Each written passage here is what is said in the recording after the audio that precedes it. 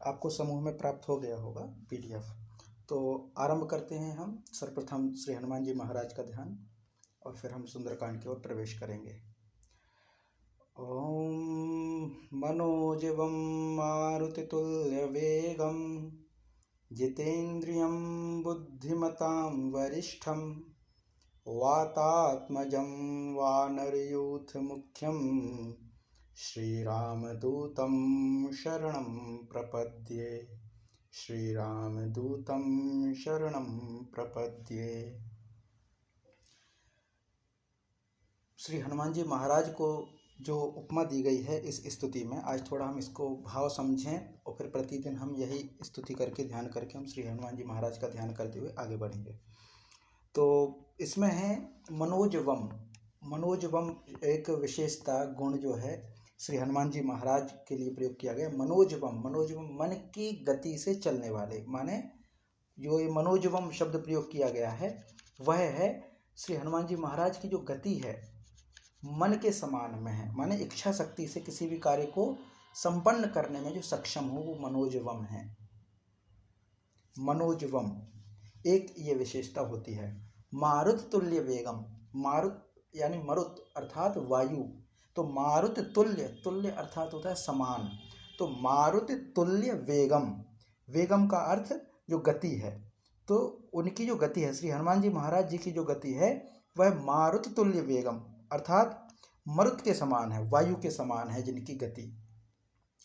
ऊपर वाला जो था मनोजवम मन की गति से काम करने में फुर्तीले, और मारुत तुल्य वेगम यहाँ पे बल शब्द है। मारुत तुल्य पवन के समान इनका बल है क्योंकि वो पवन के पुत्र हैं। तो मारुत तुल्य वेगम, फिर आगे है जितेंद्रियम, एक शब्द और प्रयोग किया गया जितेंद्रियम। जितेंद्रियम अर्थात इंद्रियों को जीते हुए, जित धन इंद्रियम माने जिसने इंद्रियों को जीत लिया हो। गीता माता ऑनलाइन कक्षा में हमने बार बार ये शब्द देखा है जितेंद्रियम।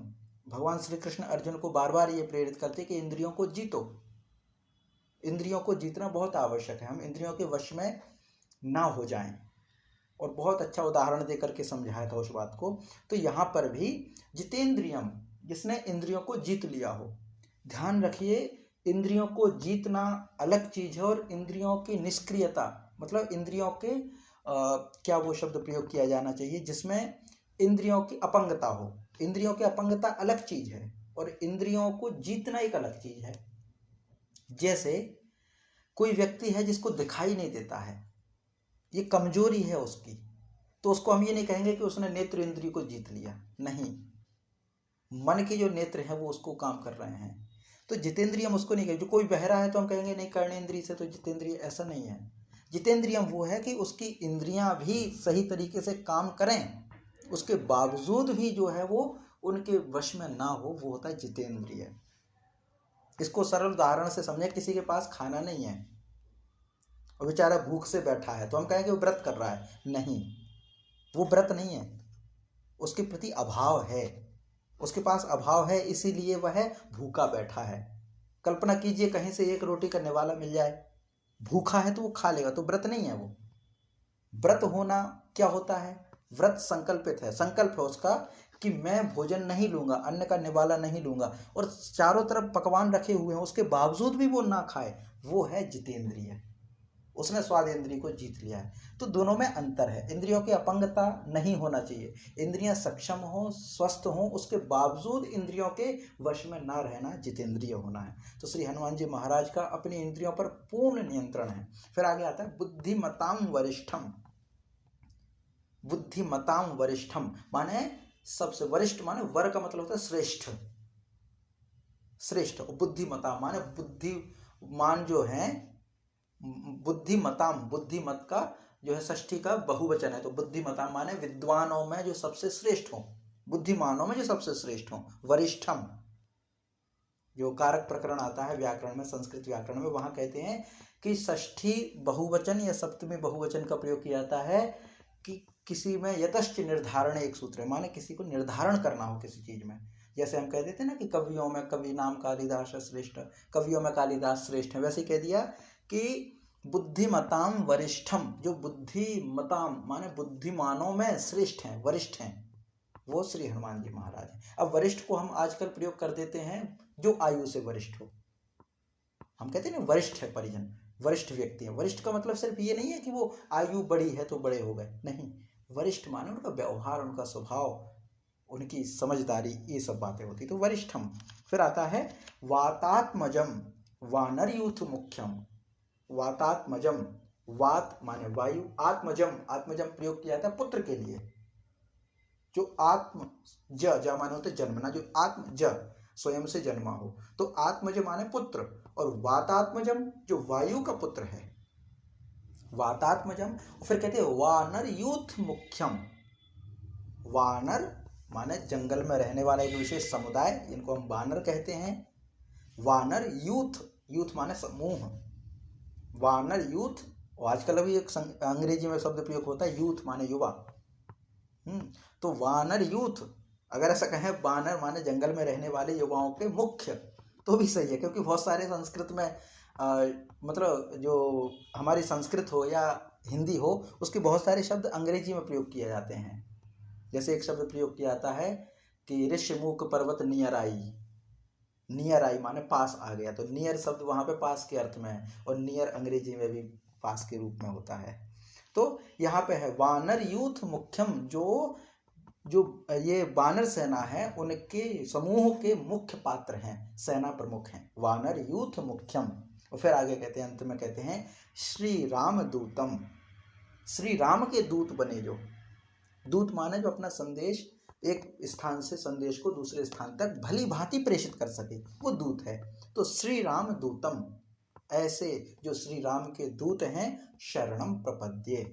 शरणम प्रपद्ये अर्थात हम आपकी शरण में हैं, माने हम आपके प्रति समर्पित हैं। श्री राम दूतम शरणम प्रपद्ये माने आपकी शरण को मैं धारण करता हूँ, आपकी शरण को स्वीकार करता हूँ। तो श्री हनुमान जी महाराज का ध्यान करेंगे। मनोजवं मारुततुल्य वेगं जितेन्द्रियां बुद्धिमतां वरिष्ठं वातात्मजं वानरयूथ मुख्यं श्रीरामदूतं शरणं प्रपद्ये। श्रीरामदूतं शरणं प्रपद्ये। श्री हनुमान जी महाराज का ध्यान करते हुए अब हम जो है सुंदरकांड की ओर प्रवेश करेंगे। यहाँ पे शुरुआत होती है श्री गणेशाय नमः, श्री जानकी वल्लभो विजयते, श्री रामचरितमानस पंचम सोपान।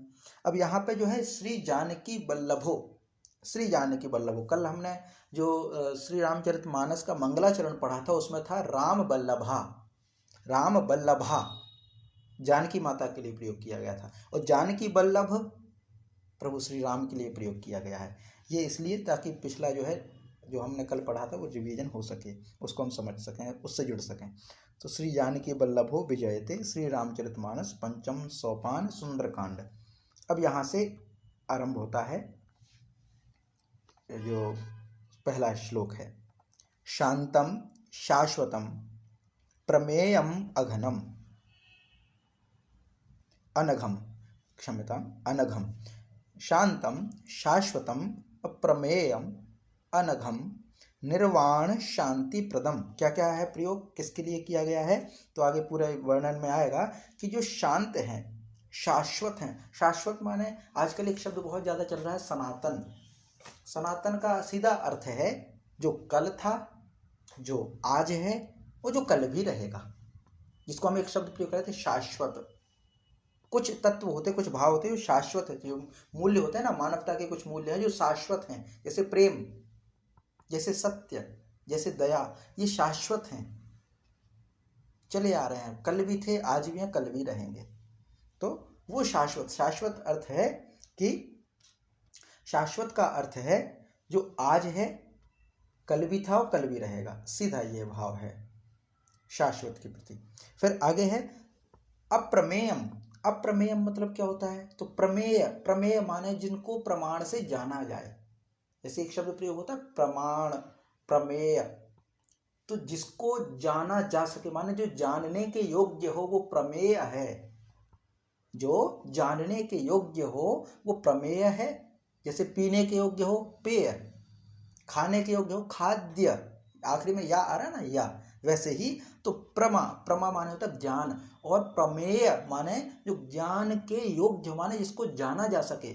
और प्रमाण क्या होता है, तो कहते हैं जो प्रमा को प्राप्त करने का साधन है, जो प्रमेय तक पहुंचने का साधन है, वह प्रमाण है।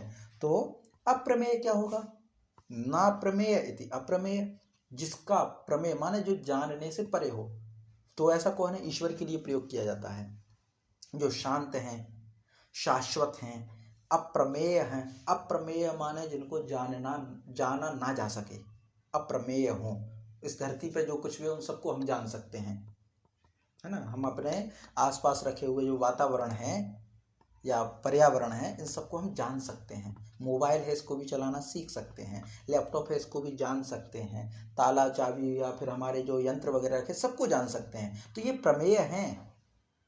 जंगल है वो प्रमेय है, पर्वत है वो प्रमेय है, मिट्टी है वो प्रमेय है, क्योंकि हम पहुंच गए। सूरज चांद सितारों के बारे में जो कुछ भी हमने जाना वो प्रमेय है। लेकिन जो अप्रमेय है वो ईश्वर है, उसके बारे में सब कोई सब कुछ नहीं जानता, कुछ विशेषताएं अलग अलग देते रहते हैं। ये हो गया। फिर कहते हैं अनघम। अनघम, अघ का मतलब होता है पाप, और अनघ का मतलब होता है जो पाप से परे हो, यानी निष्पाप हो। ये जो है प्रयोग किए जा रहे हैं विशेषण, विशेषण हैं, यह विशेषण प्रयुक्त किए जा रहे हैं, इसीलिए पूरी बातें यहाँ पे हो रही हैं। तो शांत, ये आप अपना माइक म्यूट कर लीजिए ताकि डिस्टरबेंस ना हो।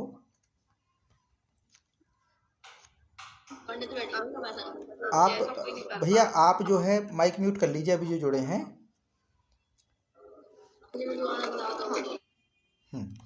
तो आवाज आ रही है आपको?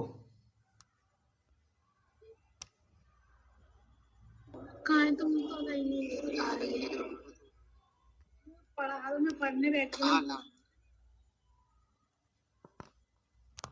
जी।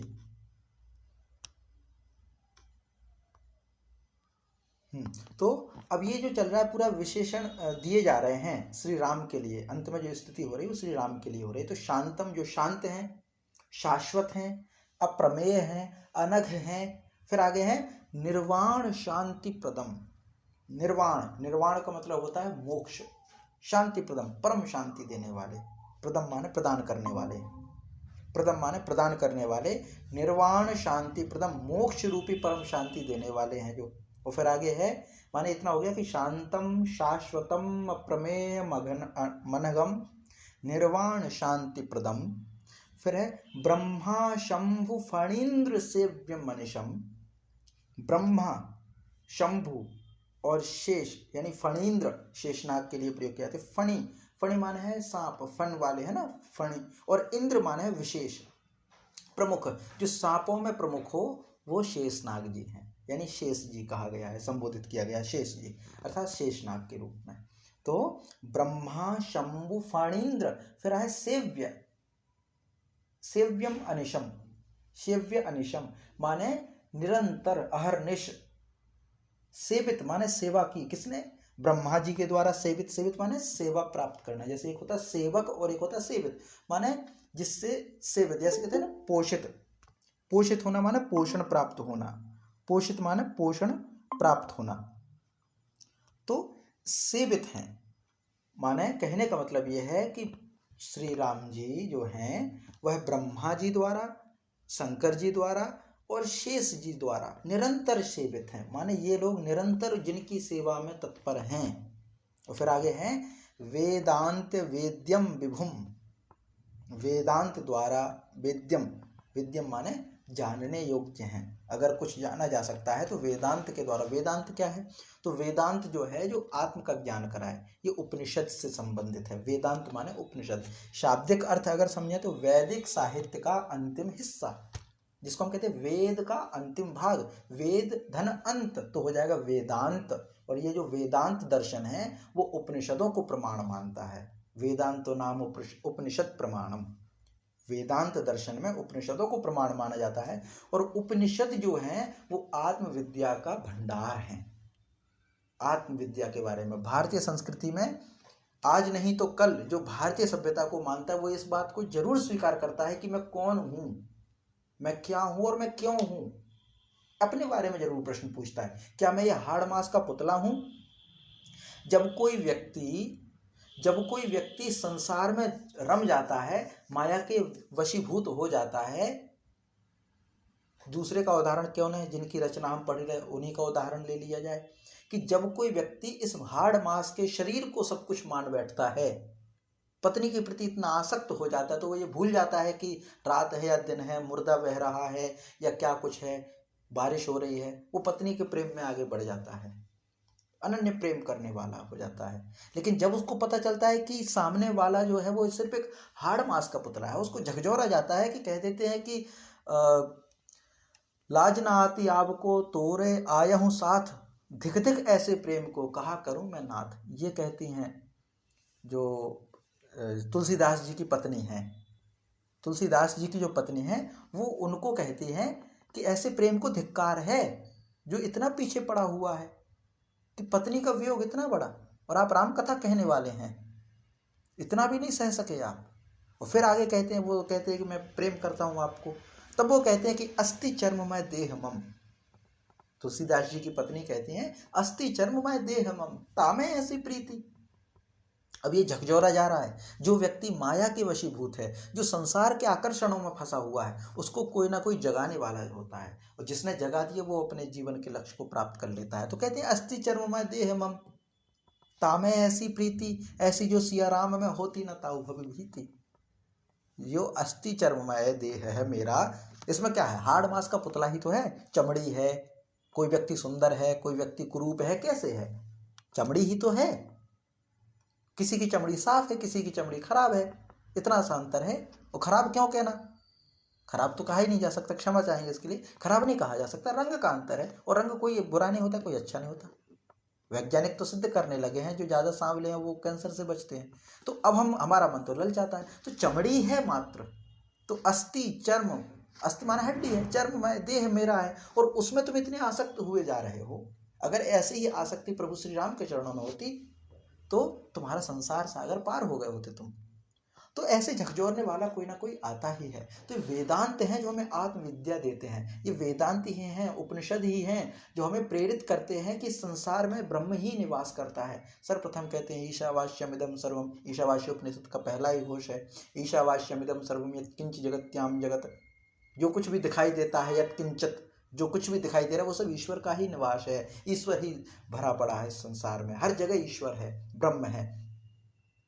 और श्री रामचरितमानस में भी है सिया राम मैं सब जग जानी। तो ये है क्या, अंत में वेदांत ही है। और वेदांत का ईश्वर, वेदांत में जो ईश्वर के बारे में बताया गया है, वेदांत ही है जो ईश्वर का परिचय देता है। और ईश्वर का परिचय इस प्रकार से कि जो कुछ है वो सब ईश्वरमय ही है। जो पहले भी कहा था पिछले दिन कि मेरे राम के बिना तो दुनिया का पत्ता नहीं हिल सकता। तो मजाल क्या है कि कोई प्राणी मेरे राम के बिना सांस ले सके। मेरे राम तो हर जगह व्याप्त हैं, रावण में भी राम ही व्याप्त हैं, मेरे राम के बिना तो कोई रह ही नहीं सकता। ये है तो वेदांत वेद्यम, वेदांत द्वारा जिसको जाना जा सके। विभुम, विभुम माने जो सर्वव्यापक है, विभुम शब्द प्रयोग किया है, सर्वव्यापक है। फिर आगे कहते हैं रामाख्यम जगदीश्वरम सुरगुरुम माया मनुष्यम हरिम। सब में एक ही विभक्ति प्रयोग किया। अगर व्याकरण का थोड़ा सा भी अध्ययन किया हो तो उसमें है रामाख्यम, सब में द्वितीय विभक्ति चल रही है ना, क्योंकि अंत में कहने वाले इनको प्रणाम है। को का अर्थ होता कर्म से, तो कर्म में होती द्वितीय विभक्ति। तो कहते हैं कि रामाख्यम जगदीश्वरम, रामाख्यम है ना, जगदीश्वरम, जगदीश्वरम माने जगत के ईश हैं, है ना, जगदीश्वरम। सुर गुरुम, सुर गुरुम, सुर माने होते देवता, गुरु माने गुरु, देवताओं के गुरु। माया मनुष्यम हरिम, माया से मनुष्य रूप में दिखने वाले हैं। तो कौन, हरि हैं, लेकिन माया के कारण वो मनुष्य रूप में दिखाई दे रहे हैं। माया के कारण वो कौशल्या की गोद में खेलते हुए दिखाई दे जाते हैं। माया के कारण वो जो है संसार में दिखाई दे जाते हैं, जो है धनुष बाण लिए हुए, वो माया के कारण है मनुष्य, पर है तो वो हरि।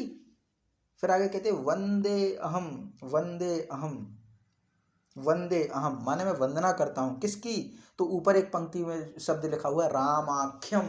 आख्यम माना कहा जाता है जिनको राम, माने जो राम कहलाने वाले हैं। रामाख्यम, राम कहा जाता है जिनको, जो जगत के ईश्वर हैं, जो देवताओं के गुरु हैं, सुर गुरुम है ना। माया मनुष्यम हरिम वंदे हम करुणाकरम, करुणाकरम माने करुणा करने वाले, करुणा की खान है। करुणाकरम रघुवरम, रघुवरम, रघु माने रघुकुल के, वरम माने श्रेष्ठ। जो रघुकुल का जो पूरा वंश है, रघु का जो वंश है उसमें सबसे श्रेष्ठ, वरम माने श्रेष्ठ, कहते हैं ना वरम, वरम का मतलब होता है श्रेष्ठ, है ना। और ये वरम शब्द कहाँ से आया, तो हो सकता है इसकी व्याख्या कुछ अलग हो, पर मुझे जो लगता है वरम का मतलब, अभी शादी ब्याह होते हैं तो इसमें हम क्या करते हैं, वर, वर और बधू, एक तरफ होता है वर, एक होता है बधू, बधू पक्ष होता है, वर पक्ष होता है। तो पहले परंपरा चलती थी, क्या कहते हैं उसको, एक शब्द प्रयोग किया जाता है, सीता माता का हुआ था स्वयंवर, स्वयं की इच्छा से वर्ण करना, वर्ण करना माने श्रेष्ठ को चुनना, वरम का अर्थ होता है श्रेष्ठ को चुनना, वर है ना। तो वर का मतलब होता है श्रेष्ठ, वर का अर्थ होता है श्रेष्ठ से, तो वर अर्थात श्रेष्ठ को चुनना, तो श्रेष्ठ का अर्थ है वर। तो रघुवरम, रघुवरम माने रघुकुल के जो श्रेष्ठ हैं ऐसे। और फिर क्या, भूपाल, भूपाल, भू माने भूमि, पाल माने स्वामी, इस संपूर्ण धरा के जो स्वामी हैं। चूड़ामणिम, चूड़ामणिम माने भूपाल तो हो गया राजाओं के लिए, भूपाल होता है, भू माने जमीन और पाल माने स्वामी, भूमि के पाली, भूमि के पाल जो हैं पालक हैं वो स्वामी यानी राजा हैं। तो भूपाल चूड़ामणिम, भूपाल चूड़ामणिम माने जैसे किसी चूड़ा में मणि होती है, वैसे पूरे राजाओं में मणि के सदृश चमकने वाले जो हैं प्रभु श्री राम हैं। रामाख्यम और वंदे अहम, ऐसे श्री राम को मैं वंदना करता हूँ, ऐसे श्री राम की मैं वंदना करता हूँ। तो ये पूरी बात जो कही गई है, अंत में कहना इतना ही है कि जगदीश्वर की मैं वंदना करता हूँ, माने राम कहलाने वाले जगदीश्वर की मैं वंदना करता हूँ, इतना है अर्थ। लेकिन अब राम का पूरा वर्णन है, तो कहते हैं कि राम कैसे हैं, तो जरा ध्यान कीजिए मेरे प्रभु श्री राम का, कि जो शेषनाग की सैया में लेटे हुए हैं और हैं शांतम, शांत अवस्था में हैं, शाश्वतम, कल भी थे आज भी हैं कल भी रहेंगे, अप्रमेयम जिसको ना जाना जा सके, अनघम जो निष्पाप हैं, जिनको कोई पाप लगते ही नहीं है, जो निष्पाप हैं, फिर निर्वाण शांति प्रदम, निर्वाण शांति प्रदम जो परम मोक्ष और शांति देने वाले हैं। ब्रह्मा शंभु फणीन्द्र सेव्य मनिशम, जो अहर्निश ब्रह्मा शिव, शंभु माने शिव और फणीन्द्र माने शेष जी द्वारा सेवित हैं, माने इनके द्वारा जिनकी सेवा की जाती है। वेदांत वेद्यम विभुम, विभुम माने जो सर्वव्यापक हैं, ऐसे सर्वव्यापी जो वेदांत के द्वारा जाने जा सकते, माने वेदांत जिनका परिचय देता है। उपनिषद में जब जिस ईश्वर का परिचय दिया गया है तो कहा गया कि वेदांत वेद्यम, वेदांत जिसका परिचय देता है, वेदांत में जो ईश्वर की बात बताई गई, तो वेदांत जिसका परिचय देता है, वेदांत वेद्यम विभुम। फिर कहते रामाख्यम, जिनको राम कहा जाता है, ऐसे जगदीश्वरम, ऐसे जगदीश्वर। फिर कहते सुर गुरुम, सुर गुरुम माने देवताओं के गुरु, सुर गुरुम, सुर माने देवता, असुर जो राक्षस हैं ऐसा, तो सुर गुरुम। फिर कहते माया मनुष्यम हरिम, साक्षात हरि हैं लेकिन माया के कारण मनुष्य रूप में क्रियाएं करते हुए दिखाई दे जाते हैं, माया मनुष्यम हरिम। फिर कहते वंदे अहम, मैं वंदना करता हूँ, करुणाकरम जो सबके प्रति करुणा करते हैं, रघुवरम पूरे रघुकुल में श्रेष्ठ हैं, और भूपाल चूड़ामणि राजाओं में मणि के समान शिरोमणि, माने भूपाल चूड़ामणि, भूपाल माने राजाओं के शिरोमणि हैं, इनसे अच्छा कोई दूसरा राजा नहीं हुआ। और ये बात बिल्कुल सच है, क्योंकि आज जितने भी सब कुछ हैं, आज भी हम ये मानते हैं कि राम राज्य आ जाए या राम राज्य आ जाएगा या राम राज्य आ गया, तो बार बार राम राज्य क्यों कहते हैं, क्यों कहते हैं? दशरथ राज्य क्यों नहीं कहते, भरत राज्य क्यों नहीं कहते हैं, या लवकुश राज्य क्यों नहीं कहते हैं, या रघु राज्य क्यों नहीं कहते, राम राज्य? क्योंकि राम जो राजा हुए उनसे बड़ा दूसरा कोई राजा हुआ नहीं है। और दुनिया के जितने भी इतिहास पढ़ लीजिए, राम एक ऐसे व्यक्ति हैं जो भारत की क्या पूरी दुनिया की नस नस में समाये हुए हैं। जब व्यक्ति जन्म लेता है तो उसके कान में जो पहली आवाज सुनाई देती है वो राम की होती है, और जब वो अंतिम यात्रा के बाद जाता है तो एक ही उद्घोष किया जाता है, राम नाम सत्य है, राम नाम सत्य है।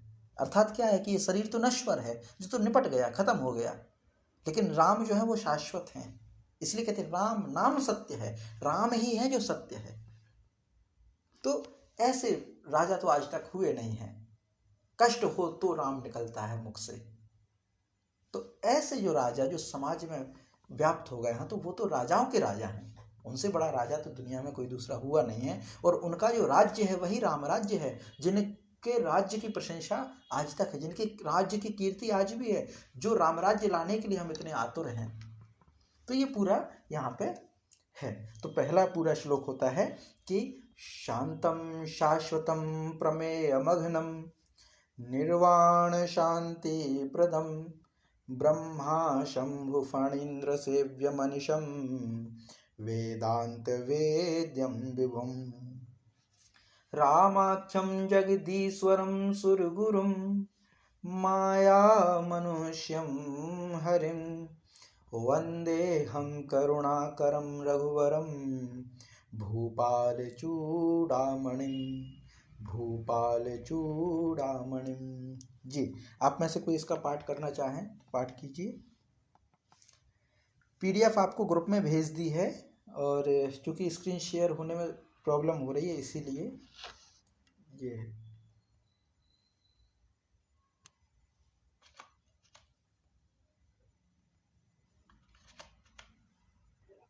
जय मां। जय मां। शांतम शाश्वतम प्रमेयम मगन शांतम शाश्वत प्रमेयम अघनम निर्वाण शांति प्रदम ब्रह्मा शंभु फणीन्द्र सेव्य मनिषम वेदांत वेद्यम विभुम रामाख्यम जगदीश्वरम सुरगुरुम माया मनुष्यम हरिम वंदे अहं करुणाकरं रघुवरं भूपाल चूड़ामणिम।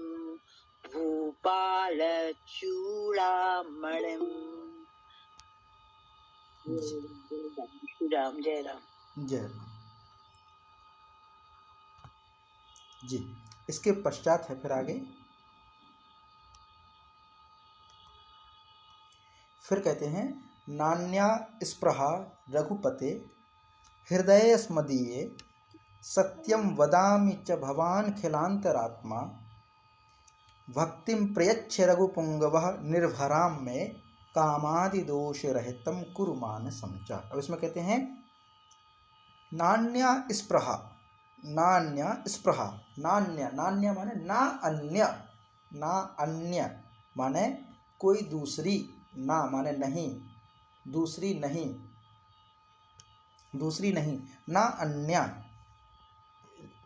ना अन्य माने नान्या, ऐसा हो गया ना, ना धन अन्य, नान्या क्या, ना अन्य नहीं है दूसरी, क्या स्पृहा, स्पृहा माने इच्छा, ना अन्य स्पृहा माने दूसरी कोई इच्छा नहीं है। इच्छा क्या है पर रघुपते हृदय अस्मदीये, रघुपते रघुपते हृदय अस्मदीये, अस्मदीय माने मेरे, हृदय माने हृदय में, कोई दूसरी इच्छा नहीं, सिर्फ एक ही इच्छा है। क्या है कि सत्यम वदामि च भवान खिलांतरात्मा, अखिल अंतरात्मा। सत्यम वदामि माने सत्य बोलता हूं या सत्य कहता हूं। क्या कि भवान माने आप, खिलांत अखिलांतरात्मा, अखिल अंतरात्मा, अंतरात्मा माने आप ही, अखिल माने सबके, अंतरात्मा माने अंतरात्मा में आप ही हैं, माने हे रघुनाथ जी मैं सत्य कहता हूँ और फिर आप सबके अंतरात्मा में हैं, मतलब आप ही जानते हैं, माने सबके अंतरात्मा में हैं आप, तो मेरे भी अंतरात्मा में होंगे, है ना। सबकी अंतरात्मा में है तो आप मेरी भी अंतरात्मा में आप होंगे। और आप तो सब जानते हैं कि क्या, नान्य माने अस्मदीय हृदय ना अन्य स्पृहा माने मेरे इस हृदय में कोई दूसरी इच्छा नहीं है। ऊपर की दो पंक्तियों का ये अर्थ जहाँ तक मुझे समझ में, हो सकता है कोई व्याकरणिक या कोई भाषा एक त्रुटि हो तो उसके लिए मैं क्षमा चाहूँगा, और दूसरा अर्थ अगर आपको पता हो तो वो भी आप बता सकते हैं। पर मुझे जो पढ़ने में समझ में आ रहा है मेरी छोटी सी बुद्धि के कारण, वो मैं आप सबके सामने प्रस्तुत कर रहा हूँ। माइक म्यूट कर दीजिए, आवाज आ रही है। माइक जी, माइक म्यूट कर दीजिए। तो अब ये जो है कि हे रघुनाथ जी, रघुपति माने संबोधन है, हे रघुनाथ जी सत्यम वदामी, मैं सत्य कहता हूँ, और मैं सत्य कह रहा हूँ, इसके अलावा अगर आप तो फिर क्या कहते हैं, मैं तो सत्य बोल रहा हूँ, लेकिन फिर आप भी जो है भगवान माने आप अखिलांतरात्मा, सबकी अंतरात्मा में विराजमान है, तो आप तो जानते ही होंगे क्या, ना अन्य स्पृहा, मेरी कोई अन्य स्पृहा माने इच्छा नहीं है, अस्मदीय हृदय, इस हृदय में। फिर आगे क्या कहते हैं दूसरी उसमें पंक्ति में, भक्तिम प्रयच्छ रघुपुंगवः निर्भरा में कामादि दोष रहितम कुरु मानसम च। अब क्या कहते हैं कि हे रघुश्रेष्ठ, मुझे अपनी निर्भर माने पूर्ण भक्ति दीजिए। माने भक्तिम प्रयच्छ, भक्तिम माने भक्ति, प्रयच्छ माने दीजिए, रघुपुंगवः, रघुपुंगवः माने रघुकुल में श्रेष्ठ, हे रघुकुल श्रेष्ठ, रघुपुंगवः हे रघुकुल में श्रेष्ठ, मैं माने मुझे, मुझे अपनी निर्भरा, निर्भरा माने पूर्ण, भरपूर माने पूरी, पूर्ण भक्तिम प्रयच्छ, भक्ति दीजिए, और मेरे मन में काम आदि दोषों को रहित कीजिए, मेरे मन को माने काम आदि दोष, कामादि दोष रहितम, कामादि दोष रहितम कुरु माने कीजिए, मानसम चा मेरे मन को, और मेरे मन को माने पहला क्या है, पहला तो यह है कि हे रघुपुंगव, हे रघुकुल में श्रेष्ठ, मुझे अपनी भक्ति से परिपूर्ण कर दीजिए, और जब भक्ति आ जाएगी तो क्या और कीजिए कि मेरे मन को काम आदि दोषों से रहित कर दीजिए, कामादि दोष रहितम, कामादि दोष रहितम, मानसम माने मेरा मानस, कामादि दोष रहितम कुरु, मेरे मन को काम आदि दोष से रहित करो। अब देखिए गोस्वामी तुलसीदास जी अपने प्रभु श्रेष्ठ प्रभु से क्या मांग रहे हैं। हम जब मंदिर में जाते हैं तो हमारी जो इच्छा होती है वो अलग होती है, भौतिक होती है। कभी किसी ने नहीं मांगा कि मुझे भक्ति दीजिए, वो बड़े गर्व से कहते हैं कि हम भक्त हैं। आजकल तो सोशल मीडिया का ज़माना है, तो बड़े चिल्ला करके भी कहते हैं हम भक्त हैं, स्टेटस भी लगा देते हैं कि हम भक्त हैं। लेकिन भक्ति मांगी कब है? कभी हमने अपने हृदय में देखा जान करके कि हमारे अंदर भक्त है, भगवान विराजमान है कि नहीं है? उसकी फुर्सत नहीं है, हम भक्त हैं तो वो नहीं है। गोस्वामी तुलसीदास जी मांग रहे हैं श्री राम जी से कि आप भक्ति दीजिए। अब आवाज आ रही है तो माइक के म्यूट कर दीजिए, परेशानी हो रही है, जब आप बोलें तब आप ऑन कर सकते हैं।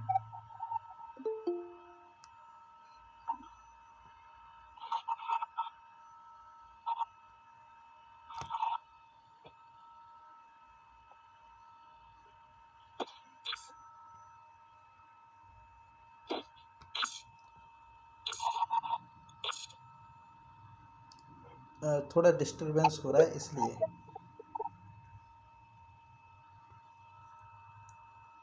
जी, तो अभी हम जो पढ़ रहे थे, तो इसमें ये कहते हैं कि हम जब भक्त मंदिर में जाते हैं, अपने देवता से मिलते हैं, अपने इष्ट से मिलते हैं, तो तरह तरह की इच्छाएं रखते हैं, तरह तरह की इच्छाएं कामना हमारे मन में होती हैं कि हमें धन दे दीजिए, हमें नौकरी दे दीजिए, हमें पैसा दे दीजिए, हमें जो है अमुक काम करा दीजिए। और फिर हम रिश्वत भी देते हैं कि आप हमारा ये काम करा देंगे तो हम आपको पेड़ा चढ़वा देंगे। भगवान को क्या मिलने वाला है? भगवान को आपके पेड़ा की जरूरत नहीं है, मिठाई की जरूरत नहीं है, आपको पैसे की जरूरत नहीं है, रखो आप अपने पास, उसको क्या दोगे जिसने सबको दिया है। तो भक्ति अगर भगवान से अगर मांगना है तो भक्ति मांगिए, और कितनी अच्छी भक्ति कि आप मुझे मेरे मन को भक्ति से परिपूर्ण कर दीजिए। भक्तिम प्रयच्छ रघुपुंगव निर्भराम में, माने हे रघुकुल श्रेष्ठ, मेरे मन को भक्ति से भर दीजिए, और कामादि दोष रहितम कुरु मानसम चा, मेरे मन को कामादि दोष से रहित कीजिए, कामादि दोष रहितम। हम ये कभी सोचते ही नहीं कि हमारा मन भी काम आदि जो दोष है उनसे मुक्त हो, कभी विचार ही नहीं करते कि हम भी हम अपनी कमियों को दूर करें। बड़े धार्मिक बनते, आध्यात्मिक, क्षमा करना, सिर झुका करके क्षमा प्रार्थी हूँ, लेकिन ये बात हमें सोचना होगा कि हम भक्त कैसे हैं। कभी मंदिर में जाके कभी ये नहीं सोचते कि भगवान हमारी इस कमी को दूर कर दीजिए, कभी आत्म समीक्षा नहीं करते हम, दूसरों की कमी तो दिखती है हमें, और ऐसे भक्त होने का कोई मतलब नहीं है, ऐसे भगवान का कोई मतलब नहीं है जो आपके जीवन को सुधार ना सके, आपके जीवन को बदल ना सके, आपके जीवन को परिवर्तित ना कर सके। याद रखिए, हम किस भगवान को मानते हैं? जो चमत्कार कर दे हमारे जीवन में, जो शॉर्टकट दिखा दे, जो हमें सफलता प्रदान करा दे, जो हमारी जॉब लगा दे, वो भगवान है। वो पिता कैसा, जो बच्चा जो मांगे वो देता जाए, बच्चा जो मांगे वो देता जाए। आप ही समझिए, आपका छोटा भाई हो, आपका बच्चा हो, सर्दी पड़ी हो और वो चावल मांगे या फिर कोई ऐसी चीज मांगे जो उसके लिए ठीक नहीं है, तो आप उसको एक चांटा मारोगे और शांत करोगे। तो गुरु भी हमारा, भगवान भी हमारा पिता के जैसा होता है। हर चीज अगर जो दे दे, समझ लेना वहां गड़बड़ है। वो कहानी शायद आपने सुनी होगी कि वो क्या कहते हैं, अंधेर नगरी चौपट राजा, टके शेर भाजी टके शेर ख्वाजा। गड़बड़ होता है वहां पे, जो आसानी से सब कुछ मिल जाए। नहीं, सच्चा गुरु तो वही है जो आपको कान पकड़ के डांटे और सही रास्ते पे लेके आए, जो आपके दोषों को दूर करे, जो आपके दुर्गुणों को दूर करने का संकल्प ले, जो आप में अच्छाई लाने के लिए प्रयोग करे, तत्पर रहे हमेशा। लेकिन नहीं, आजकल तो वो माहौल है कि जहां चमत्कार वहीं हम हो गए साष्टांग। क्या है ये? तो ये हमेशा ध्यान रखिए, अपने इष्ट को मत बदलिए। आपके जो गुरु हैं, आपके जो इष्ट हैं, आपके जो ईश्वर हैं, कभी मत बदलिए। जो है वो हैं। समर्पित रहिए, समर्पण रहिए कि अब छोड़ दिया सब जीवन का भार तुम्हारे चरणों में। तो मेरी चिंताएं भी आपकी, मेरी इच्छाएं भी आपकी, जो करना है वो करो, मैं तो आपके समर्पित हूं। हम अक्सर कहते हैं, हम क्या कहते हैं कि हमने गुरु बनाया। वाह भाई, हमने गुरु बना लिया, हम राम के भक्त हैं। अरे कभी गुरु से पूछा कि वो तुम्हें शिष्य बनाने को तैयार है कि नहीं? हम ये तो बनाते, हमने गुरु बनाया। भले मानसो, कम से कम ये तो सोचो कि उसने तुम्हें शिष्य बनाया, उसको धन्यवाद दो। और सोचो कि हमें शिष्य बनाया उन्होंने, ये उनकी कृपा है हम पे। तो ये अहंकार में मत रहिए कि हमने किसी को गुरु बनाया। कोई किसी को गुरु नहीं बनाता, उन्होंने आपको शिष्य बनाया, उनके प्रति समर्पित रहिए। तुलसीदास जी से ही सीख लीजिए। तुलसीदास जी के जो है विनय पत्रिका है, कवितावली है, दोहावली, कभी इनको पढ़िए, उनमें स्तुति वर्णित की है। स्तुति कर रहे हैं प्रभु शिव जी की या गणेश जी की या लक्ष्मी माता की, सब स्तुति की। अंत में एक बात लिखी, वो क्या बात लिखी? हम सब जानते हैं कि गोस्वामी तुलसीदास जी श्री राम जी के भक्त हैं, अनन्य भक्त हैं। ऐसे नहीं, अनन्य, अनन्य का मतलब ना अन्य, जो दूसरा ना हो जिसके जैसा, वो अनन्य है। तो अनन्य भक्त हैं श्री राम जी के। और क्या कहते हैं, शिव जी की स्तुति कर रहे हैं, शिव जी की वंदना कर रहे हैं। अब हम तो सोचेंगे शिव जी की वंदना और राम जी का नाम कैसे ले लें, नाराज ना हो जाए। अरे ईश्वर हैं।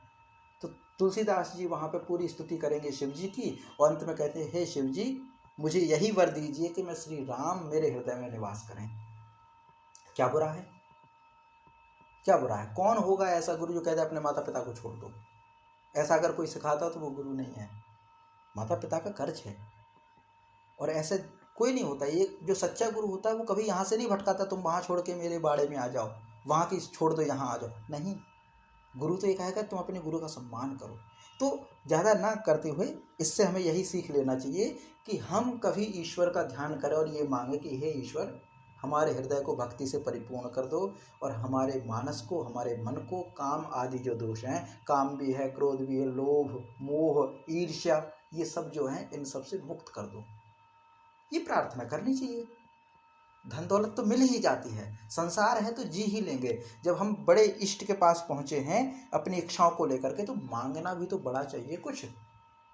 एक राजा थे, जंगल में गए तो किसी किसान के यहाँ पर ठहरे, किसान ने उनकी काफ़ी सेवा की, राजा प्रसन्न हो गए, किसान को वरदान दे दिया कि भाई तुम जो है, मतलब एक अंगूठी दे दी मुद्रिका कि कभी भी तुम आओ तो मेरे राज्य में आ जाना, ये अंगूठी मुझे दिखा देना, मैं पहचान जाऊंगा और तुम्हें जो मांगोगे वो दूंगा।